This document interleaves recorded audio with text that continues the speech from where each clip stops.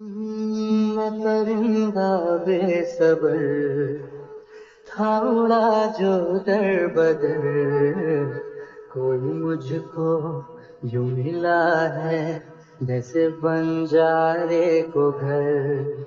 नए मौसम की सहर या सर्द में दोपहर, कोई मुझको यूं मिला। আজ সকালে তে ন্যান্সি আর সানাকে নিয়ে জাঙ্কুক আর ববক নীলগিরি থেকে খানবাড়িতে পৌঁছেছে। আসার পর থেকে তের মন খারাপ, যেমনটা যাওয়ার সময় ছিল। তের ফোনে জিমিনের সাথে কথা বলছিল, তখনই হঠাৎ নিচে চেঁচামেচির আওয়াজে ফোন রেখে দৌড়ে নিচে গেল। দেখলো সবাই একসাথে জড়ো হয়ে আছে, আর জাঙ্কুক রেগে মেগে সানার দিকে তাকিয়ে আছে। সানা ফ্লোরে বসে জড়সড় হয়ে কাঁদছে। জিন বেগম ছেলেকে বোঝাচ্ছে, আর ইয়নজুন সানার হয়ে জাঙ্কুকের কাছে ক্ষমা চাইছে। এইসব দেখে তে অস্থির হয়ে গেল। কিছুক্ষণ আগের ঘটনা, জাঙ্কুক আজ সকালে ফেরার পর থেকেই জিন বেগম সুযোগ খুঁজছিল জাঙ্কুককে সানার আর তার বিয়ের কথা বলার জন্য। যখন তিনি সুযোগ বুঝে জাঙ্কুকের রুমে গেলেন, গিয়ে ধীরে সুস্থে জাঙ্কুককে সব বুঝিয়ে বলে, তার মতামত জানতে চাইলেন। তখন তিনি এটাও জানালেন তার বাবা বলেছে ছেলের মতে তার মত হবে। জাংকুক সানার হাব ভাব দেখে জানতো এমন কিছু একটা ঘটতে চলেছে। তার তীক্ষ্ণ মস্তিষ্ক আগে থেকেই তাকে সব জানান দিয়েছিল। জাংকুক তার মায়ের কথায় স্বাভাবিক উত্তরে নাকচ করে বলে, মা, সানা আমার টাইপের না। জিন বেগমও ছেলের মতের উপর আর কোনো কথা বলেনি। তিনি ছেলের মত জেনে চলে আসেন সেই রুম থেকে। কিন্তু এই খবর সানার কান পর্যন্ত পৌঁছাতে ঘটে আরেক বিপত্তি। সানা পুরো বাড়ি জুড়ে তোলকালাম শুরু করে দিয়েছে। সে কেঁদে কেটে সোজা জাঙ্কুকের রুমে চলে যায়। জাঙ্কুক তখন ফোনে কারোর সাথে জরুরি কথায় ব্যস্ত ছিল। সানা গিয়ে তার শার্টের কলার আঁকড়ে ধরে কাঁদতে কাঁদতে জানতে চায় কেন তাকে জাঙ্কুক প্রত্যাখ্যান করলো। তার দেখা এতদিনের স্বপ্নের কি হবে তাহলে? ঠিক সেই মুহূর্তে জাঙ্কুকের সকল আত্মসংযম ভেঙে চুরমার হয়ে যায়। সে এতদিন মনে মনে সানার প্রতি যে পরিমাণ রাগ নিজের মধ্যে নিয়ন্ত্রণে রেখেছিল, সব রাগ আজ একেবারেই বের করে দিয়েছে। সে সানার হাত ধরে টেনে হিস্টে নিয়ে আসে সকলের সামনে, তাকে এক ঝটকায় ফ্লোরে ছুঁড়ে ফেলে। সেটা দেখে সবাই অবাক হয়ে জাঙ্কুককে জিজ্ঞেস করে কি হয়েছে। তখন জাঙ্কুক সানার দিকে ক্রোধিত দৃষ্টি নিয়ে বলে, এই মেয়ের কত বড় সাহস! ও আমার রুমে এসে আমার শার্টের কলার ধরে আমাকে বলছে আমি নাকি ওর স্বপ্ন ভেঙেছি। আমি কি ওর স্বপ্নের ঠেকা নিয়ে বসে আছি?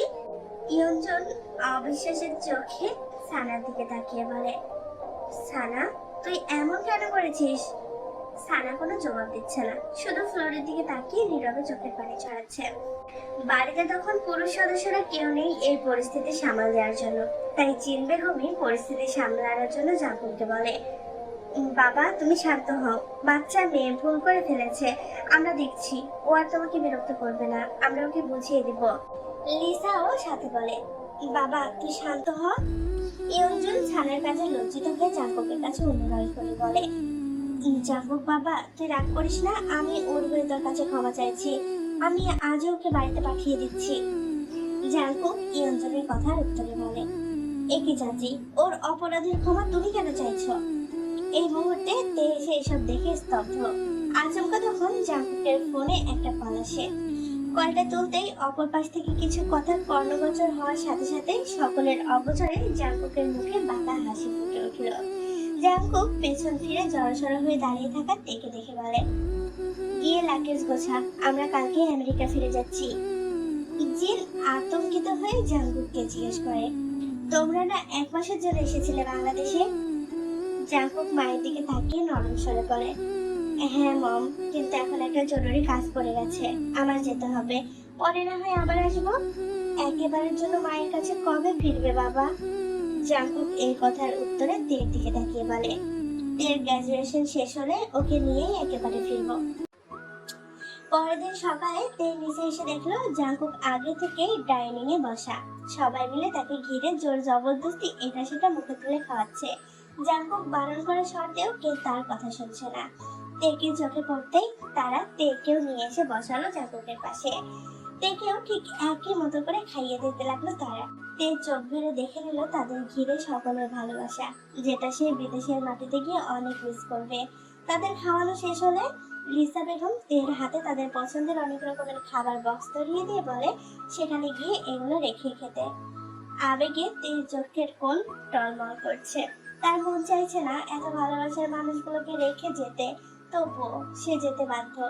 আজ বাড়ির কোনো পুরুষই অফিসে যায়নি তাদের আমেরিকা ফিরে যাওয়ার কথা শুনে। ন্যান্সি সকাল থেকে কাঁদো কাঁদো মুখ করে তের পিছু পিছু ঘুরছে। কালকের ঘটনার পর ইয়নজুন সানাকে তার বাড়িতে পাঠিয়ে দিয়েছে বাড়ির ড্রাইভারকে দিয়ে।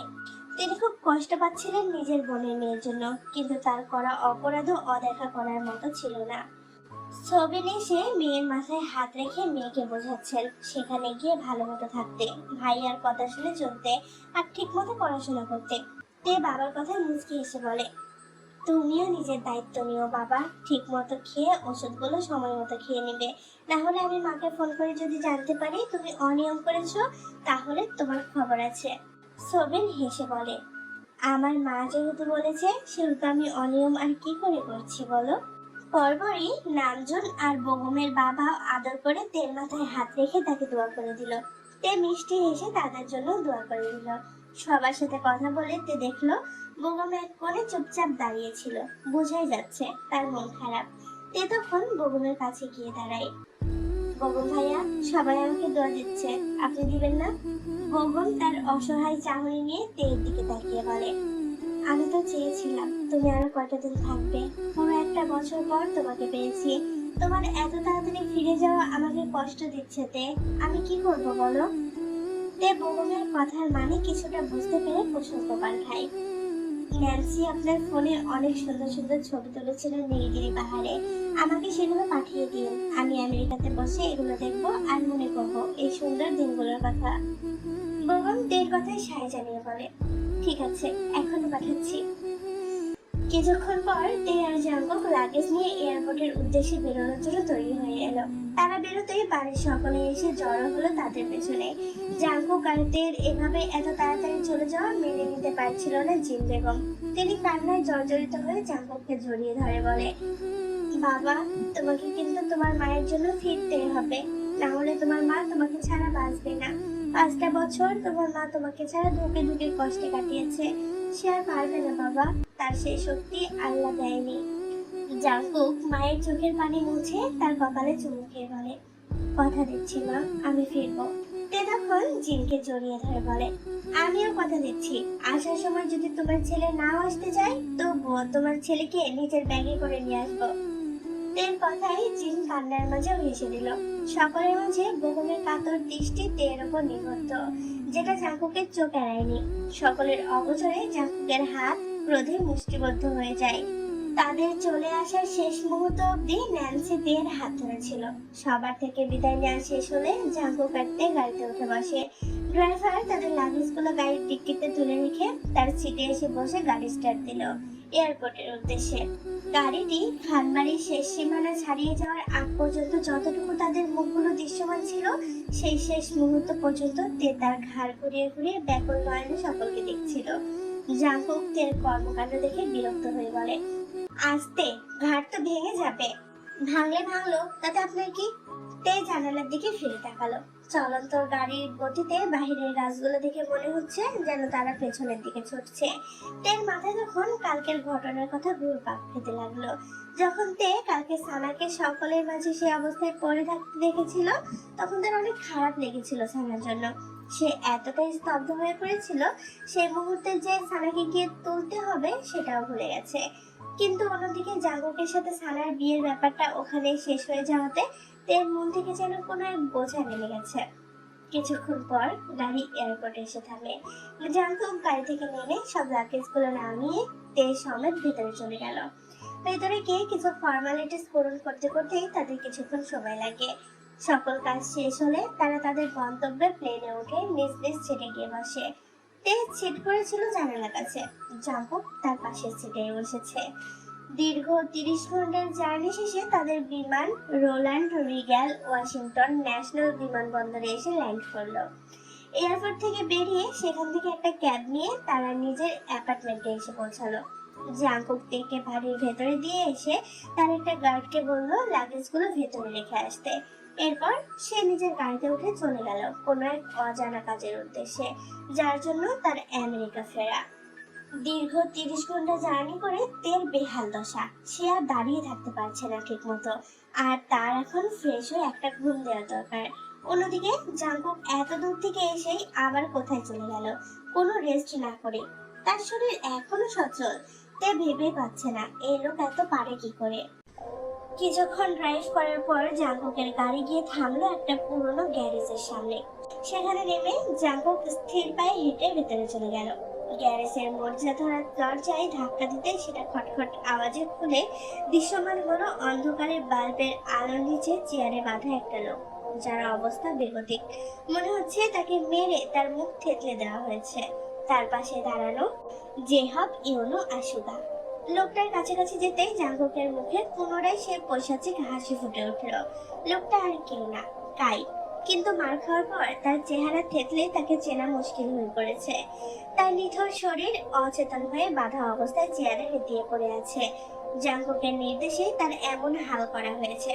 এতদিন জেহব, ইউনো আর সুগা মিলে জাঙ্কুকের দেওয়া ইনফরমেশন অনুযায়ী কাইকে খুঁজে বের করেছে। আর সেই খবর জাঙ্কুককে দিতেই সে বাংলাদেশ থেকে সোজা আমেরিকা চলে এসেছে কাইকে তার উপযুক্ত শাস্তি দিতে। ইউনো জাঙ্কুকের দিকে তাকিয়ে জিজ্ঞেস করে, এর এখন কি করবি?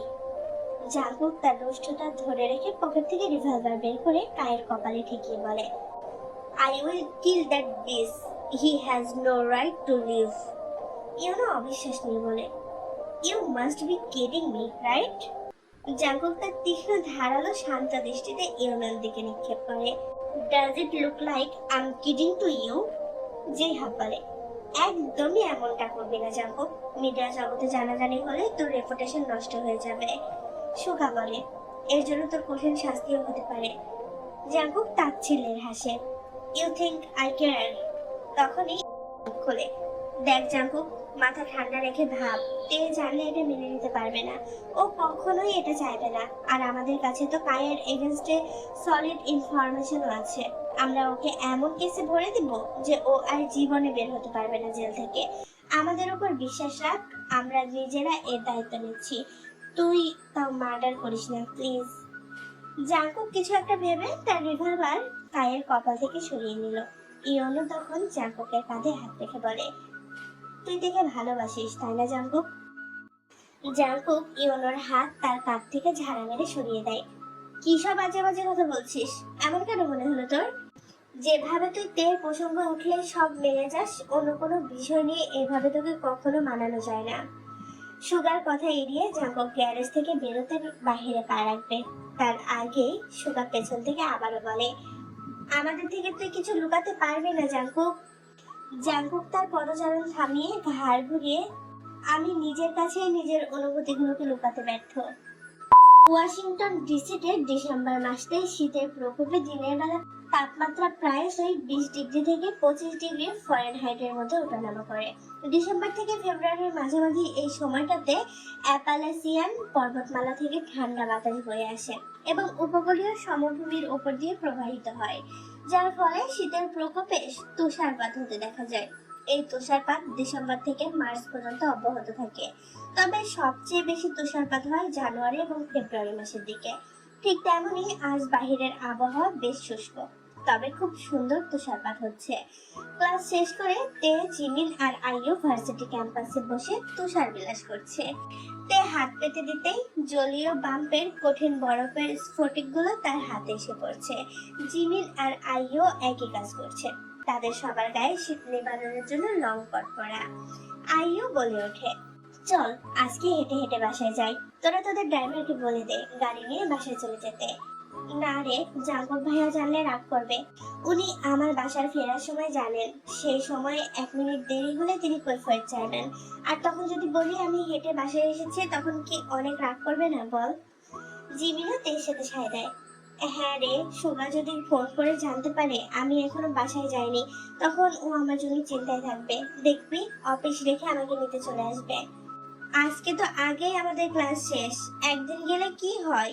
এভাবে তো আমাদের ঘোরাই হবে না। তে তখন আইয়ুর বিরোধিতা করে, কে বলেছে আমাদের ঘোরা হবে না? আমরা যখন যেখানে ঘুরতে যাচ্ছি তারা তো আমাদের সেখানেই নিয়ে যাচ্ছে বল। আইও মন খারাপ করে। সবার সাথে ঘোরা আর বান্ধবীদের সাথে একান্তে ঘোরা কি এক হলো নাকি? আমাদের 3 বান্ধবীর একবার একসাথে ঘোরার কথা ছিল, মনে আছে? তোদের মনে থাকবে কি করে? তোরা তো নিজেদের জীবন সঙ্গীদের পেয়ে আমাকে ভুলে গেছিস। আইওর মন খারাপ দেখে তে আর জিমিন বাধ্য হলো তার কথায় রাজি হতে। জিমিন সুরভীর কল করে জানিয়ে দিল যেন সে চিন্তা না করে। অন্যদিকে তে জাঙ্কুককে কল করেও পেল না, তার কল বিজি পেল।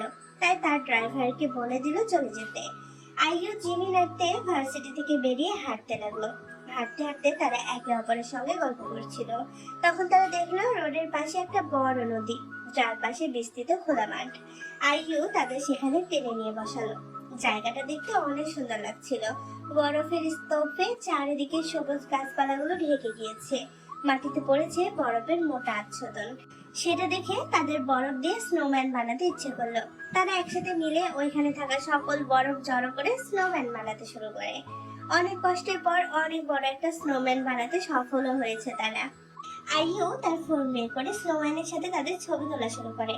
তখন তে দুষ্টুমি করে আইওর মুখে একদলা বরফের স্তূপ ছুঁড়ে মারে। আইও মাটিতে পড়ে থাকা বরফ তুলে সেটা হাতের মুঠোয় চেপে বরফের বল বানিয়ে তেকে ছুঁড়ে মারলো। কিন্তু তে সবার মতো সরে যাওয়াতে সেটা গিয়ে লাগে জিমিনের গায়ে। জিমিনও তখন বরফের বল বানিয়ে আইওকে ছুঁড়ে মারলো, কিন্তু আইও সরে যাওয়াতে সেটা গিয়ে লাগে তের গায়ে। এভাবে তাদের মধ্যে বরফের বল নিয়ে ফেকাফেকির যুদ্ধ লেগে গেছে। কিছুক্ষণ এই যুদ্ধ অব্যাহত থাকলো, কিন্তু একটু পর ক্লান্ত হয়ে তারা মাটিতে বসে হাসতে শুরু করে। একে অপরের উপর লুকিয়ে পড়ছিল হাসতে হাসতে। তারা তাদের খেলায় এতটাই মশগুল ছিল যে সময়ই খেয়াল করেনি। সেই রোড দিয়ে তখন জেহব গাড়ি চালাচ্ছিল।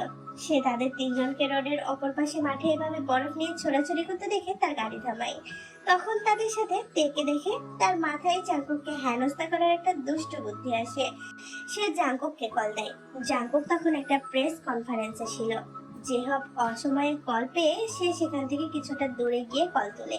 কল তুলতেই জেহব বলতে শুরু করে, তে কি বাড়ি ফিরেছে ভার্সিটি থেকে? হঠাৎ জেহব তাকে ফোন করে তের কথা জিজ্ঞেস করাতে জাঙ্কুকের মনে খটকা লাগলো। অপর পাশ থেকে জাঙ্কুক বলে, এতক্ষণে তো ওর বাসায় থাকার কথা, কিন্তু ওর কথা তুই কেন জিজ্ঞেস করছিস হঠাৎ? জেহব হাতের ফোন কিছুটা দূরে নিয়ে মুখ টিপে হাসে। তারপর ফোন কাছে এনে জাঙ্কুককে বলে, তুই আগে খোঁজ নিয়ে দেখ ও বাসায় আছে কিনা।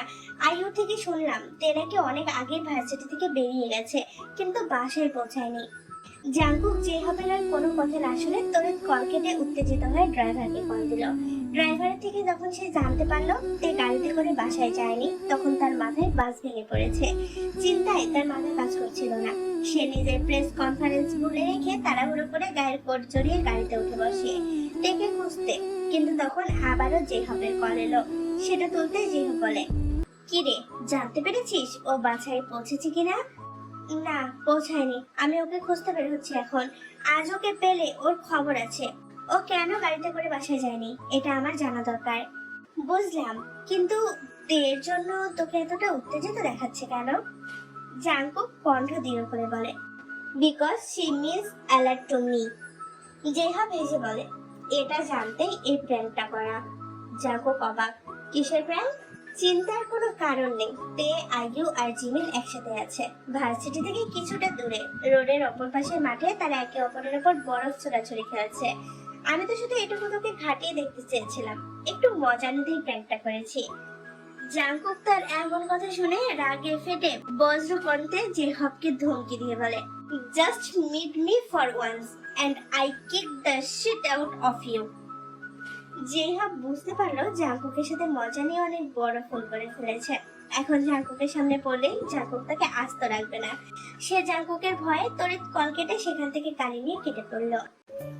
তে বাসায় ঢোকা মাত্রই তার চোখ গেল জাঙ্কুকের উপর, যে কিনা শান্ত ভঙ্গিতে পায়ের উপর পা তুলে কাউচে বসে চোখ বন্ধ করে মাথা অপর দিকে করে রেখেছে। এমনিতেই দেরি হওয়াতে সে আতঙ্কে ছিল, তার উপর যার ভয় সে এতক্ষণ করছিল তার সামনেই পড়তে হলো। এমন শান্ত নিস্তব্ধ পরিবেশে তের শরীরে কাঁটা দিয়ে উঠলো, যেন ঝড়ের আগে নিস্তব্ধতা এটা।